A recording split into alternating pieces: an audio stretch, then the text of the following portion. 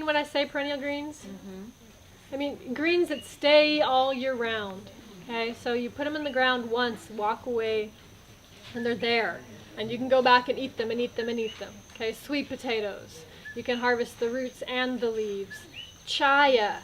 That makes, there's one of the cooking competition entries, the one I entered, is made with chaya, right? It grows into a giant tree, and it's really high in iron and calcium and a lot of minerals.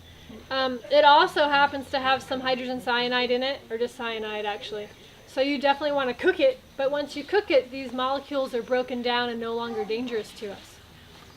And that's something you find with a lot of tropical plants. Because there's so many pests, they need ways to defend themselves, so they've evolved different mechanisms to prevent being eaten raw. Taro with its calcium oxalate crystals. But once you cook them, you're fine. So perennial greens, I want to encourage all of us to put more of them in our diets because they're higher in vitamins and minerals. They have deeper root systems because they're there all the time. That allows them to draw up more vitamins and minerals.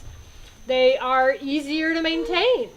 And so the only thing that I can think of as to why we don't eat more of them is just because we're not used to it. And we're addicted to the things that we're used to. So it's just a shift. Look at what you can grow and figure out how to implement it better.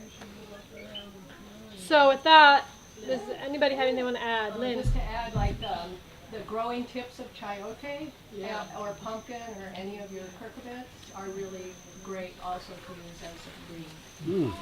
Can't you eat papaya leaves also? You can. Cooked and raw? Or just cooked? Pardon? Cooked and raw? They're better cooked. Papaya leaf? Yes, I would cook papaya. Can you name some more greens? Sissoo spinach, edible hibiscus. The Sissoo spinach, you can eat it raw, but it's kind of tough and fibrous. It's much better cooked. A quick little saute or a dump in a soup is really yummy. Little tiny leaves, they like shade.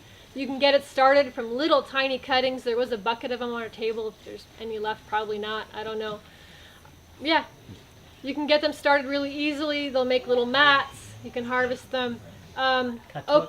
Katuk. Yes, Katuk is kind of a sticky, wrangly kind of plant that will grow really tall, or you can prune it and get it to bush out. It has a asparagus. There should be a bunch of Katuk cuttings over there. Help yourself. in the bucket, and it tastes nutty. They have a nice nutty flavor, and you can eat the flowers and the seeds on the Katuk as well. And the beauty about these plants, Katuk, you grab the stick, you walk over somewhere, you shove it in the ground, and you walk away. It's pretty easy, and it likes shade. Moringa. Yeah, moringa and curry leaf. What about the growing tips of noni? Growing tips of noni. Yeah. I don't know. Anybody eat those? I do. There you go. Raw? Raw. Raw? Yeah. Raw. Julienne. Real small. They're Raw not, noni. they're not Raw noni leaves. I just want to point out too, the perennial greens have a lot less frequency of contact with slugs because they're so high up, whereas the garden. For a lot of them.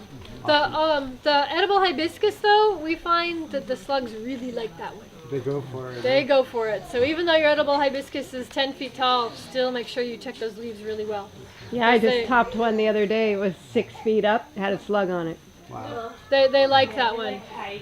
And the edible hibiscus is a great one. It makes these giant leaves, and they're kind of mucilaginous, so they're kind of slimy as it is.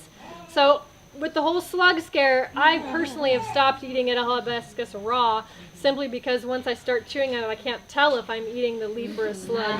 It kind of wigs me out. But when I cook it, it's great, and it makes a great lasagna. It makes a great stir fry. Lots of ways you can deal with that. One of the best ways is to make a chip out of it. So you like put it in the oven, just on really low. Or a car. Huh? We did it in a car.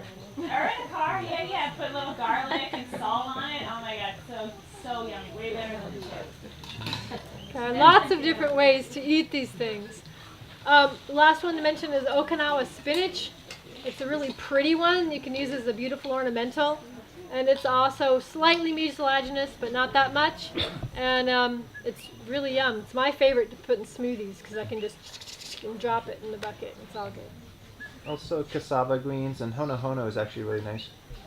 Yeah, last year potatoes. somebody brought a hona hona salad, and it was divine. It was really good. Is it raw? Yeah. Nasturtium, absolutely. And then if you really want to get turned on to taro greens, you cook them enough, right, so that they're the puree and they don't itch. And then get some of that really nice local coconut oil. Somebody's making this really choice coconut oil. Or you can buy the stuff from Thailand or wherever, but the really good stuff. And then you just put that on the taro greens when they're hot, mix it in. If you really want to go overboard, you could use a little bit of homemade cheese or hard cheese grated on. But just the coconut oil and the taro greens is just so delicious. I mean, if you haven't really got turned on to taro greens, then just try that. I personally use wild pig fat, but the coconut oil is really good. I thought that'd be less controversial. Can you tell us how you cook the leaves? Yeah. The quickest way is to pressure steam them. I do 10 psi for about 40 minutes, or you do just steaming for an hour and a half. Oh yeah, and some recipes call for taking the rib out. Forget it, you don't need to. No. Or you can Definitely. peel the stems and then chop them and put them in stews and soups, and it gives a really interesting, nice flavor. Yeah, do that separately though. If you're going to make the leaf, just do the leaf. Do you use all age of leaf or a particular age? Younger the better, as long as they're fully opened. And it's nothing to do with the size. I mean, a healthy taro plant that's 6 or 7 feet tall has a brand new leaf that's that big. And they're absolutely delicious. They're not a perennial, but hey, you can plant them all the time. Once a month. Taro leaves and coconut cream. And when I first, right, but with the cream I found I like to make it like a soup. So I'd take the leaves and I'd steam them for a long time and then cut them up and then take the coconut cream fresh and raw and just cover it while the leaves are still hot. It was so good. You can add pretty much anything to it, but it's just so delicious.